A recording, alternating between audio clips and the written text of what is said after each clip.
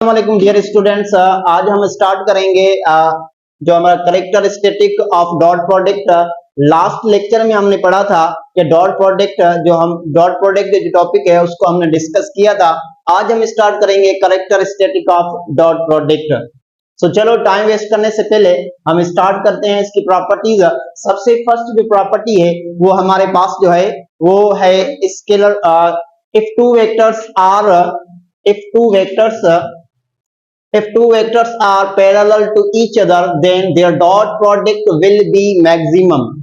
अब देखिए हमारे पास दो वेक्टर हैं, एक वेक्टर A है और दूसरा वेक्टर B है। अब ये दोनों वेक्टर्स एक दूसरे के पैरेलल हैं।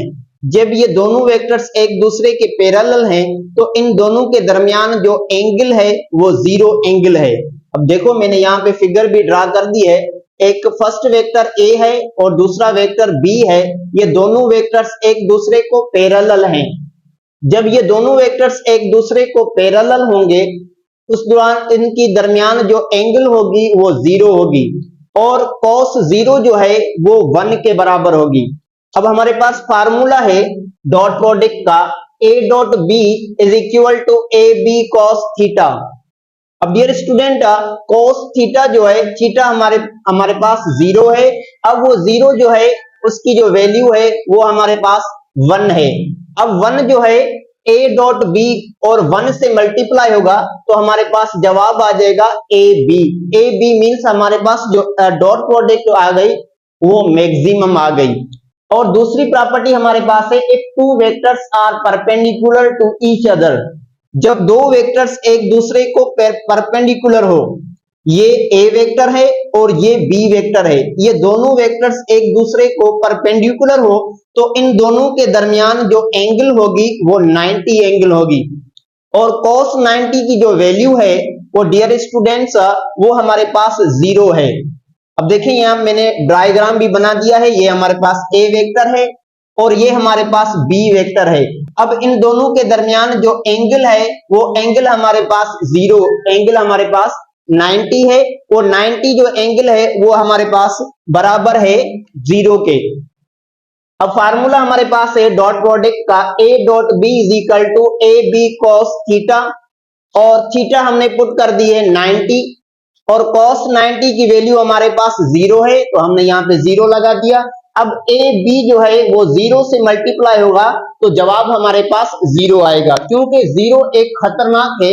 अगर उससे कोई भी डिजिट या कोई भी क्वांटिटी या कोई भी नंबर मल्टीप्लाई होगा तो जवाब हमारे पास जीरो आएगा। तो यहाँ A और B को हमने जीरो से मल्टीप्लाई किया तो हमारे पास जीरो जवाब आया। अब देखिए यहाँ पे स्टेटमेंट है if two vectors are perpendicular to each other. जब दो वेक्टर्स एक दूसरे को परपेंडिकुलर हो तो उन दोनों के दरमियान जो डॉट प्रोडक्ट होगी वो जीरो होगी।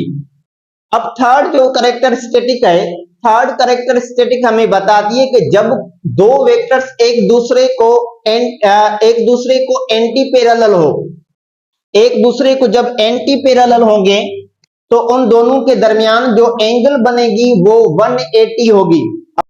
और थर्ड प्रॉपर्टी जो हमारे पास है, थर्ड प्रॉपर्टी हमारे पास ये है कि हमारे पास कोई भी दो वेक्टर है वो दोनों वेक्टर्स एक दूसरे को एंटी पैरेलल हैं। एंटी पैरेलल का मतलब बेटा कि दोनों का डायरेक्शन अपोजिट है। जब दोनों का डायरेक्शन अपोजिट होगा तो उन दरमियान उनके जो एंगल होगी वो एंगल 180 होगी। अब जैसे मैं आपको छोटा सा एग्जांपल दे दूं कि तीसरा वेक्टर मैंने यहाँ पे रख दिया। अब देखें कि ये दोनों वेक्टर्स जो है एक दूसरे को परपेंडिकुलर हैं। जब परपेंडिकुलर होंगे तो इन दोनों के दरमियान एंगल 90 होगी और ये दोनों वेक्टर्स एक दूसरे को परपेंडिकुलर है तो इन दोनों के दरमियान भी एंगल 90 होगी। अब देखें दोनों के दरमियान एंगल 90 है तो उसको हम प्लस करेंगे तो 180 हो जाएगी। तो अब ये दोनों वेक्टर एंटी पैरेलल हैं तो इन दोनों के दरमियान एंगल 180 है। अब इन दोनों के दरमियान एंगल 180 है। अब देखिए मैंने यहाँ पे ग्राफ भी बना दिया है आपके लिए कि ये वेक्टर A है, इसका डायरेक्शन इस साइड पे है और ये वेक्टर B है, इसका डायरेक्शन इस साइड पे है और ये जो वेक्टर है इसका डायरेक्शन इस साइड पे है और ये B वेक्टर है, इसका डायरेक्शन इस साइड है। इन दोनों के दरमियान एंगल 180 डिग्री है।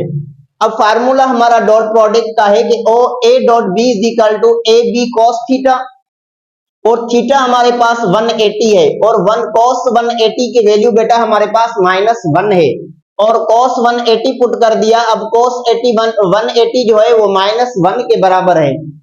अब -1 जो है वो ए बी से मल्टीप्लाई करेंगे तो हमारे पास जवाब आ जाएगा -AB।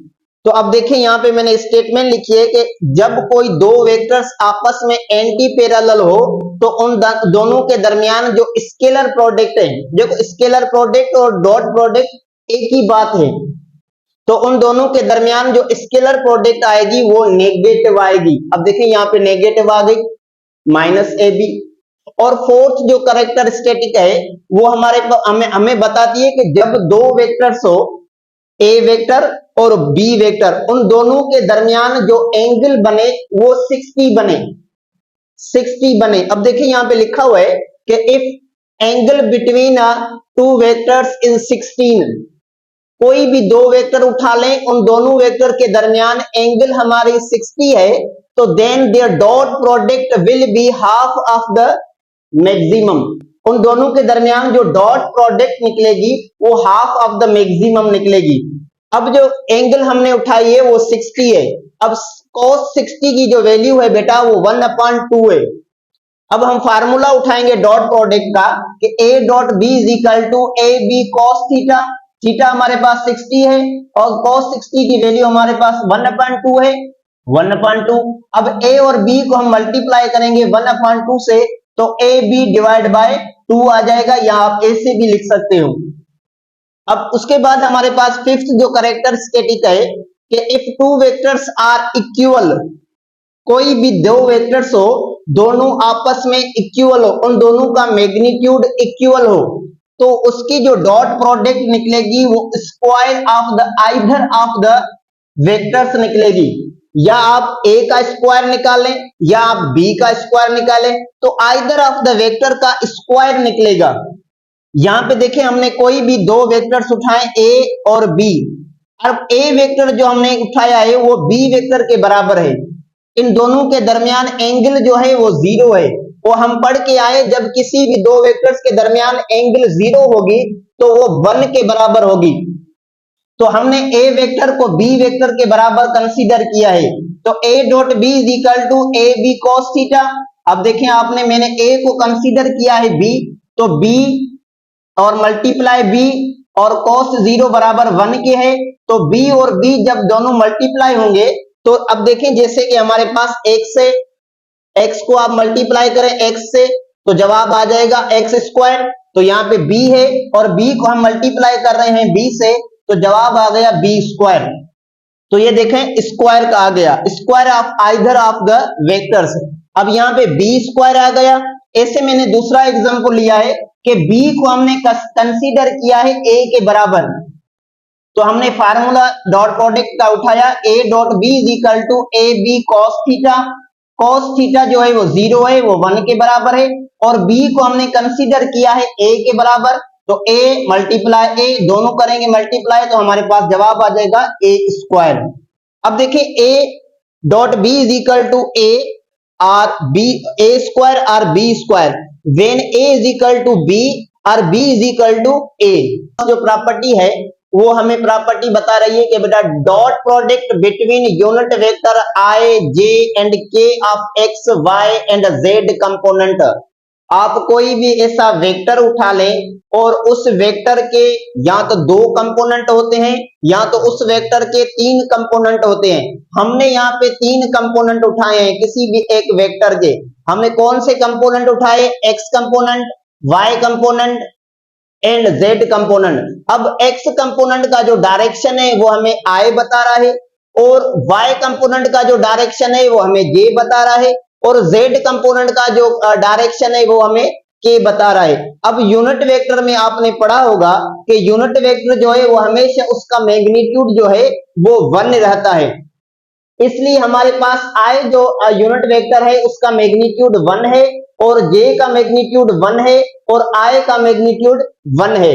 अब हमने यहाँ पे i और i कंपोनेंट लिए हैं। अब देखें बेटा i जो कंपोनेंट है वो i पे लाई कर रहा है। जब ये i कंपोनेंट है और i पे लाई करेगा तो ये दोनों आपस में पैरेलल होंगे और इन दोनों के दरमियान जो एंगल होगी वो 0 होगी।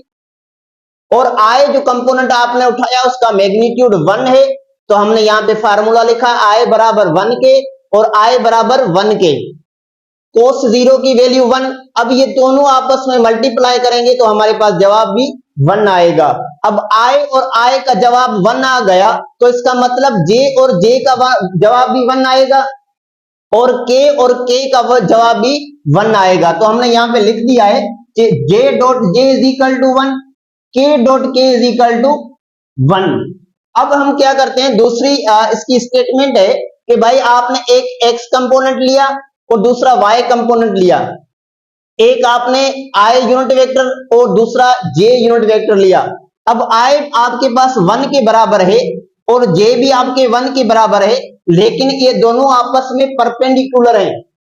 जब ये दोनों आपस में परपेंडिकुलर हैं तो इन दोनों के दरमियान जो एंगल है वो 90 है और हम पढ़ के आए कि cos 90 जो है वो बराबर 0 के है। अब 0 के बराबर है तो इसका मतलब यहाँ पे cos 90 0 आ जाएगा और 0 1 से मल्टीप्लाई करेंगे जवाब हमारे पास 0 आ जाएगा। तो अब i और j जवाब 0, j डॉट k करेंगे जवाब 0, k डॉट i करेंगे तभी हमें जवाब 0 मिलेगा। उसके बाद हमारे पास 7 जो कैरेक्टरिस्टिक है वो 7 कैरेक्टरिस्टिक हमें बताती है कि इफ a वेक्टर जो है वो हमारे पास ax ay एंड az है और b वेक्टर जो हमारे पास bx by एंड bz है, then dot product will be. अब ये दो वेक्टर हमें मिले हुए हैं, एक हमें वेक्टर a मिला हुआ है और दूसरा हमें वेक्टर b मिला हुआ है। अब a वेक्टर के 3 कंपोनेंट है और b वेक्टर के भी 3 कंपोनेंट है। अब बताएं इन दोनों के दरमियान डॉट प्रोडक्ट क्या होगी। तो हमने ये फार्मूला लिखा है a डॉट b।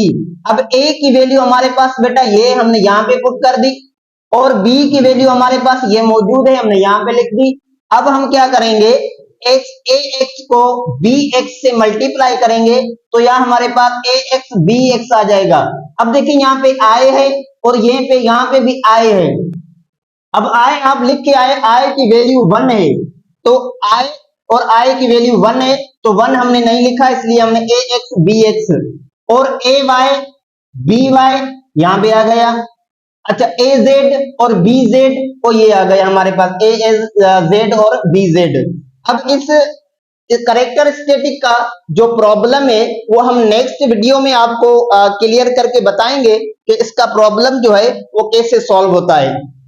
उसके बाद हमारे पास 8 जो कैरेक्टरिस्टिक है वो भी सेम है, जैसे हमने यहाँ पे a वेक्टर के कंपोनेंट उठाए और b वेक्टर के कंपोनेंट उठाए, यहाँ पे हमने ऐसे किया है a वेक्टर के कंपोनेंट और b वेक्टर के कंपोनेंट।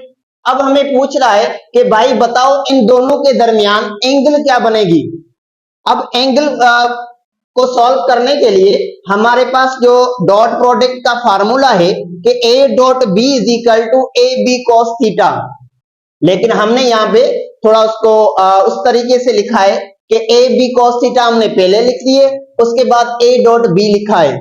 अब हमें थीटा एंगल मालूम करनी है तो जो ए बी जो कॉस थीटा से मल्टीप्लाई हो रहा है वो यहाँ पे आके डिवाइड होगा और यह फार्मूला हो गया cos theta is equal to a dot b divide by A B. अब देखिए हमें एंगल मालूम करनी है, ये जो cos है वो यहाँ पे आ जाएगा तो इनवर्स हो जाएगा, theta is equal to cos inverse a dot b divide by A B. उसके बाद जो है वो हमारे पास 9 जो कैरेक्टरिस्टिक है वो हमें प्रोजेक्शन बता रही है। प्रोजेक्शन का मतलब है साया, projection of a onto the projection of b। अब देखें ये जो b वेक्टर है इस b वेक्टर पे इस a वेक्टर का साया बन रहा है। जैसे देखें मेरा जो साया है इस बोर्ड पे बन रहा है, इसी तरीके से इस b वेक्टर पे इस a वेक्टर का साया बन रहा है। अब उस साये की तो ये जो लेंथ है, ये जो मैग्नीट्यूड है, ये हमें फाइंड करना है। तो हमारे पास जो फार्मूला है बेटा वो ए बी है और is equal to A vector dot B unit, और बी यूनिट वेक्टर जो है वो बराबर है ए वेक्टर डिवाइड कर दिए उसको उसके मैग्नीट्यूड से। अब उसके मैग्नीट्यूड से डिवाइड करेंगे तो आपको इस बी वेक्टर का जो साया है ए वेक्टर का बी वेक्टर पे जो साया बन रहा है वो आसानी से आप फाइंड कर सकते हैं। उसके बाद इसका जो प्रॉब्लम है वो इंशाल्लाह हम नेक्स्ट वीडियो में आपको क्लियर करके बताएंगे कि बी वेक्टर पे ए वेक्टर का साया जो है वो किस तरह से बन रहा है। उसके बाद हमारे पास जो लास्ट कैरेक्टरिस्टिक्स हैं वो लॉ ऑफ डॉट प्रोडक्ट्स हैं। लॉ ऑफ डॉट प्रोडक्ट्स जो है बेटा वो दो हैं, एक हमारे पास है कम्यूटेटिव लॉ और दूसरी हमारे पास है डिस्ट्रीब्यूटिव लॉ। अब हमारे पास जो कम्यूटेटिव लॉ है वो ए डॉट बी और बी डॉट ए है। अब देखें आप ए डॉट बी कोई भी ऐसी आपके पास दो वैल्यू हैं ए डॉट बी है, आप उनको दोनों को आपस में मल्टीप्लाई करें तो आपको जो आंसर मिलेगा वो सेम मिलेगा। अगर आप पहले बी को ए से मल्टीप्लाई कर रहे हैं फिर भी आपको जो आंसर मिलेगा वो आपको सेम मिलेगा। तो इस लॉ को कहा जाता है कम्यूटेटिव लॉ। अब डॉट प्रोडक्ट जो है इस कम्यूटेटिव लॉ को ओबे करती है। और दूसरा हमारे पास है distributive law for any three vectors. ये जो डिस्ट्रीब्यूटिव लॉ जो है वो किसी भी तीन वेक्टर्स के दरमियान है। अब हमारे पास तीन vector A vector B vector and C vector मौजूद हैं। अब हमने क्या किया है बेटा ए वेक्टर को ए वेक्टर डॉट बी प्लस सी, ये आपके पास तीन वेक्टर, या आप ऐसे कर सकते हैं A vector dot B plus A dot C. इसी तरीके से आप डिस्ट्रीब्यूटिव लॉ जो है इसको आसानी से सॉल्व कर सकते हैं। अच्छा, लास्ट में एक पॉइंट है कि डिस्ट्रीब्यूटिव लॉ जो है वो ओबे करता है डॉट प्रोडक्ट को। एक तो ओबे करता है कम्यूटेटिव लॉ और दूसरा जो डॉट प्रोडक्ट है वो ओबे करता है डिस्ट्रीब्यूटिव लॉ। अब लास्ट